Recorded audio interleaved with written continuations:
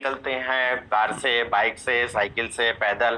तो आपने देखा होगा ये लाइट्स रहती हैं जहां पर ये तीन कलर दिखाए गए हैं, यानी कि हरा रंग, पीला रंग और लाल रंग। और ये आप जानते हैं कि हरा है तो कोई खतरा नहीं है, आप जा सकते हैं, आपका जो आगे रास्ता है वो क्लियर है, आप जा सकते हैं। येलो है यानी कि आपको सावधान होने की जरूरत है, ध्यान देने की जरूरत है। और रेड है तो जहां है वहीं रुके रहिए, हिलना नहीं है यहाँ से, क्योंकि दूसरे साइड से रास्ता ओपन है, एक्सीडेंट हो सकता है। तो इसीलिए इसका ध्यान रखें। तो यहाँ पर इस सब्जेक्ट से हम कैसे रिलेट करेंगे, यहाँ पर हम ये जानेंगे कि आखिर नॉर्मल स्थिति होती क्या है। अगर डायबिटीज की हम बात करते हैं, जैसे शुगर किसी को हो गया, तो कितने से मानेंगे कि शुगर हो गया, या कितने से सावधानी बरतने की जरूरत है, कितने को हम नॉर्मल मानेंगे और कितने को हमें डॉक्टर के संपर्क में रहने की जरूरत है, जाने की जरूरत है। तो यहाँ पर देखिए, जब भी हम जांच कराएं अपनी, तो खून की जांच करानी पड़ती है। और आजकल आसान हो गया है, ग्लूकोमीटर से उंगली बढ़ाइए, खून की जांच करा लीजिए, है ना। तो कुछ सेकंड के, 5 सेकंड के अंदर खून की जांच हो जाती है। और यहाँ पर जो सामान्य स्थिति है, यानी कि हरा रंग जिसे कहेंगे, तो वो कैसे माने, यानी कि दो जांचें होती हैं। अगर आप लैब में जांच कराते हैं तो बहुत सारे साथियों को अनुभव होगा कि सुबह खाली पेट कराया जाता है, फिर या ग्लूकोज 75 ग्राम दिया जाता है पीने के लिए, इसके 1 घंटे के बाद, 1.5 घंटे के बाद या 2 घंटे के बाद बोला जाता है दोबारा जांच कराने के लिए, या कहते हैं अपना नाश्ता लेके आइए, पहला ब्लड निकल गया, उसके नाश्ता करने के बाद 2 घंटे के बाद फिर से शुगर चेक करेंगे। यानी कि आपके खाना खाने के बाद कितना बढ़ता है शुगर वो देखा जाता है। और कई कई बार होता है इमरजेंसी, या कभी कभी जरूरत होती है तुरंत जांच करने की, इसको कहते हैं रेंडम।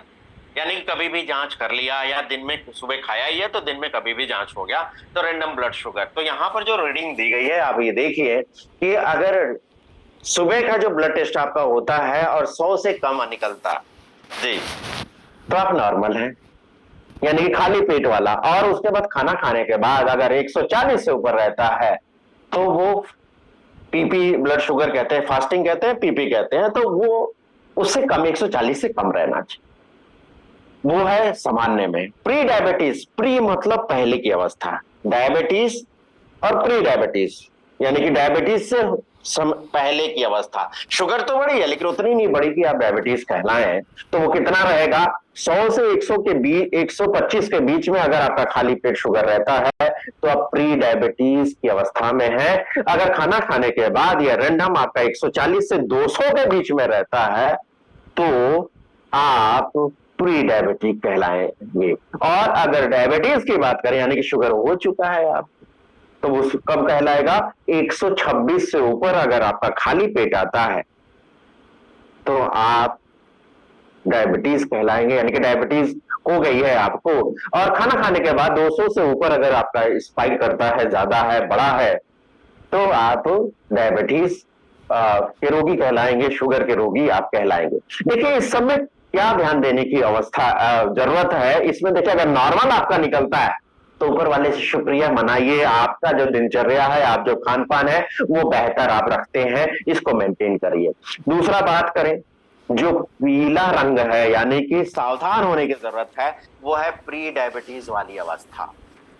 ये ऐसी अवस्था है जिसमें दोनों रास्ता खुला हुआ है, कहने का मतलब आगे जाने का भी, पीछे आने का भी। आगे जाएंगे तो लाल रंग है, खतरा हो सकता है ना। यहाँ पर कहने का मतलब एक बार चले गए उस तरफ तो डायबिटीज हो जाएगी आपको, और पीछे आ गए तो आप नॉर्मल हो सकते हैं। तो ये ऐसी अवस्था है जहां पे हम अपने साथियों को, अपने चाहने वालों को एक्सरसाइज, खान पान और सप्लीमेंट्स की मदद से हम उन्हें नॉर्मल लाने में मदद कर सकते हैं। ये ऐसी अवस्था है, तो बहुत क्रूशियल अवस्था है। और देखें तो भारत में 10 करोड़ से ज्यादा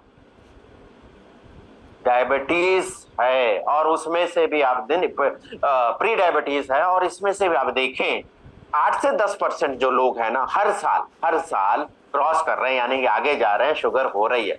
देखिए लोगों को मालूम ही नहीं, जांच कराते ही नहीं। क्यों कराऊं जांच, मुझे तो डर लगता है ना। सुई क्यों लगवाऊं, मुझे तो डर लगता है। या फिर क्यों करवाऊं, कुछ निकल गया तो, ये भी तो शंका रहती है।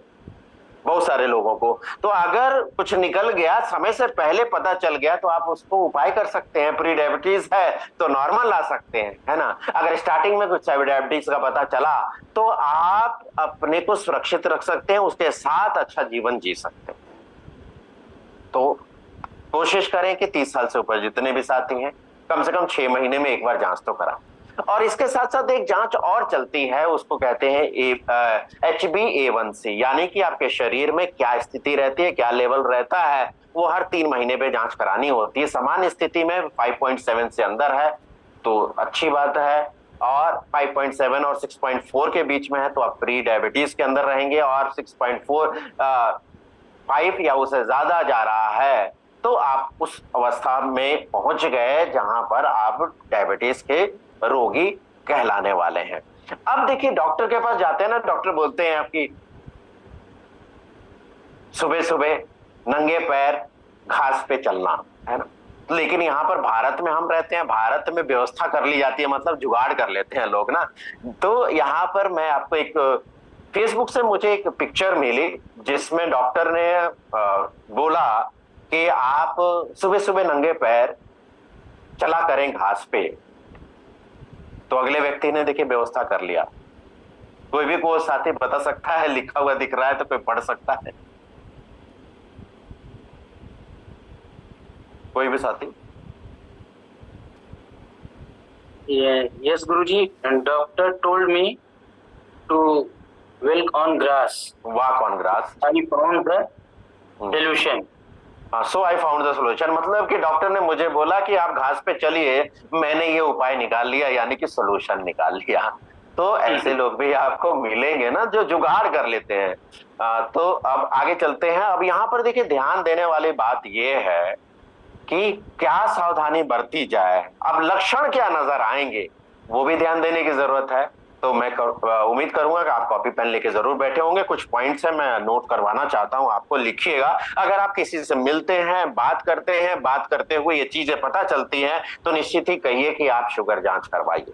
और वो क्या है? सबसे पहला, अगर किसी को प्यास ज्यादा लग रही है, जी प्यास ज्यादा लग रही है, थ्रस्टी फील कर रहे हैं, तो शुगर एक कारण हो सकता है। दूसरा, मुंह बार बार सूखता है, ड्राई माउथ रहता है, शुगर कारण हो सकता है। या तो कोई बीमारी नहीं है, अब तक कोई बीमारी नहीं है, लेकिन थकान बहुत ज्यादा होती है, बहुत ज्यादा थकान होती है, बहुत ज्यादा फटीग महसूस होता है, एंड बहुत ज्यादा टायर्ड फील करते हैं, शुगर कारण हो सकता है।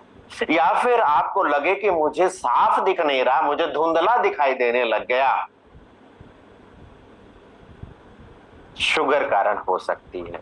या फिर एक चीज और, अचानक एकाएक वजन कम होना, शरीर का वजन है अगर एकाएक कम हो गया, शुगर कारण हो सकती है। या तो ये तो सब लोग जानते हैं, सुना ही होगा कि पेशाब बार बार लगना, यूरिन के लिए बार बार जाना, शुगर की वजह से हो सकता है। या फिर आप देखें, स्किन आपकी जो है ना, जगह जगह से चकते काले काले धब्बे आपको नजर आने लग गए, तो शुगर कारण हो सकता है। या फिर लेडीज के साथ ऐसा होता है कि उन्हें यूटीआई इन्फेक्शन यानी यूरेटरी ट्रैक इन्फेक्शन, पेशाब का इन्फेक्शन बहुत ज्यादा होता है, शुगर कारण हो सकता है। अब सवाल इसमें यह है कि ये तो लक्षण पता चल गए तो आप शुगर के लिए बता सकते हैं, उसके आगे क्या उपाय करना है ये भी बताएंगे।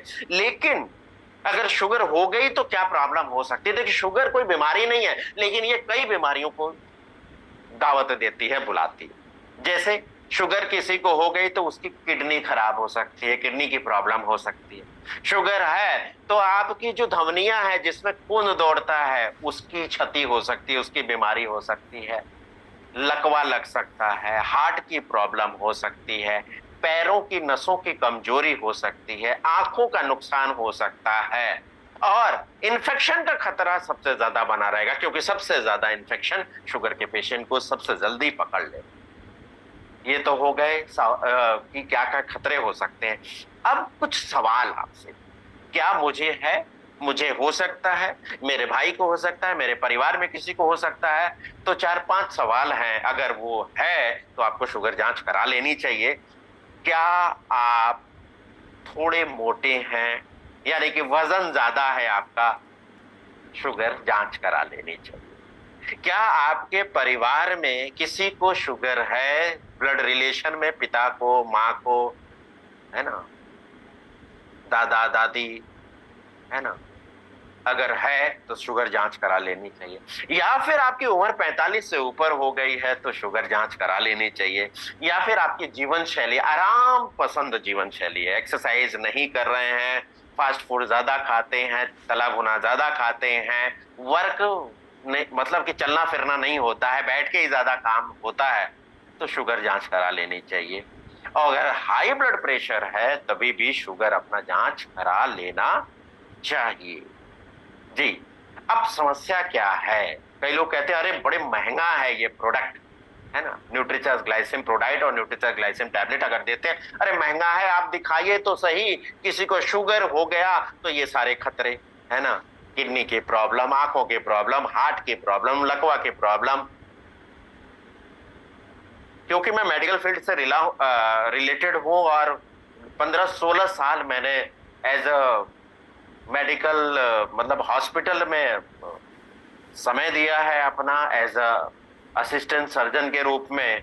तो बहुत सारे केस मैंने देखे, पोस्ट ऑपरेटिव, प्री ऑपरेटिव, और उसके साथ वार्ड में भी सारी चीजें मैंने देखी। और मैं उस समय रहता था, आपके बहुत सारे साथी यहाँ पर पंजाब को बिलोंग करते हैं, और यहाँ पर आप पंचकुला है, पंचकुला के आगे कालका है, और आप देखें तो पंचकुला में J N Shauri multi super speciality hospital है। तो मैं वहां 2 साल रहा और वहां पर मैंने एक केस देखा, नाहन डिस्ट्रिक्ट से आए हुए थे। तो उनका जो पैर था, पैर का जो तलवा है ना, वो उसमें इतने छिद्र थे, इतने छेद थे, इतने होल थे कि कहीं भी ऊपर से प्रेस करते थे वहां से पस निकल। इसको कहते हैं डायबिटिक फुट। चोट लग जाती है तो जल्दी घाव भरता नहीं है शुगर।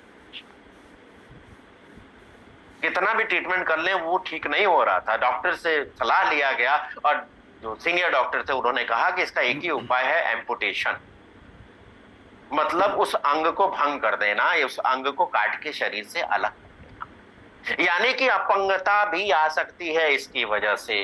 दिखाइए, वो आगे का दृश्य दिखाइए, जो कहते हैं महंगा है, अपंग हो सकते हैं, इसकी वजह से ये से सारी प्रॉब्लम हो सकती है। और बार बार तो जांच करानी पड़ेगी ना।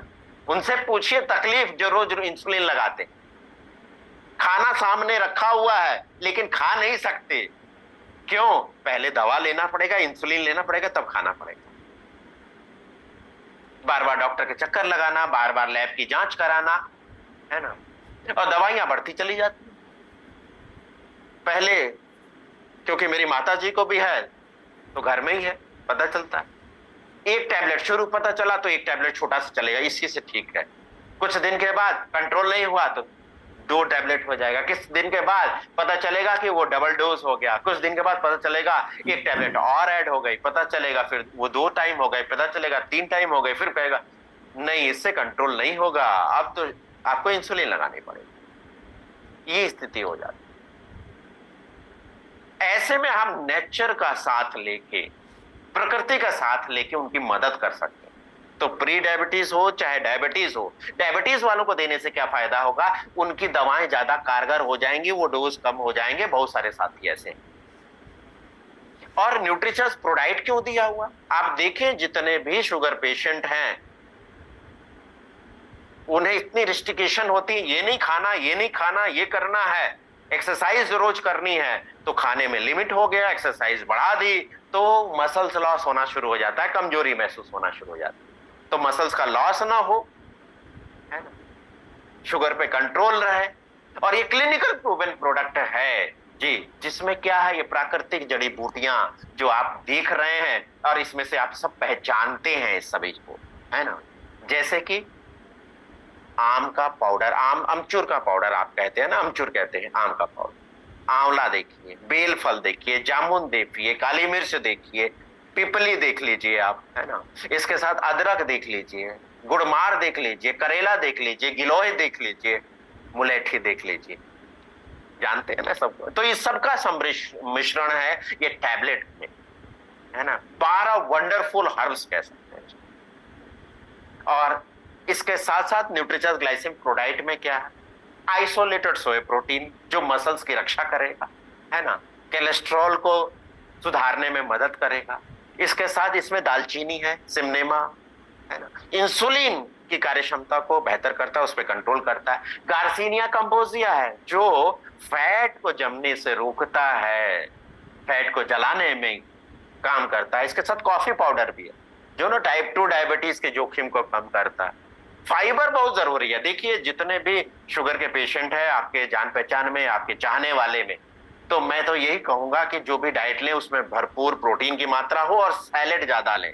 जो कच्ची सब्जियां हैं, फल हैं, कुछ फलों को छोड़ करके आप कच्चा सलाद ज्यादा खाएं, क्योंकि देखिए जब भी हम कॉफी चाय पीते हैं, आपने अनुभव किया होगा, बहुत अच्छा फील होता है क्योंकि शुगर कंटेंट जाता है शरीर में तुरंत, तो ये स्पाइक नहीं होने देगा, उसको धीरे धीरे रिलीज करेगा।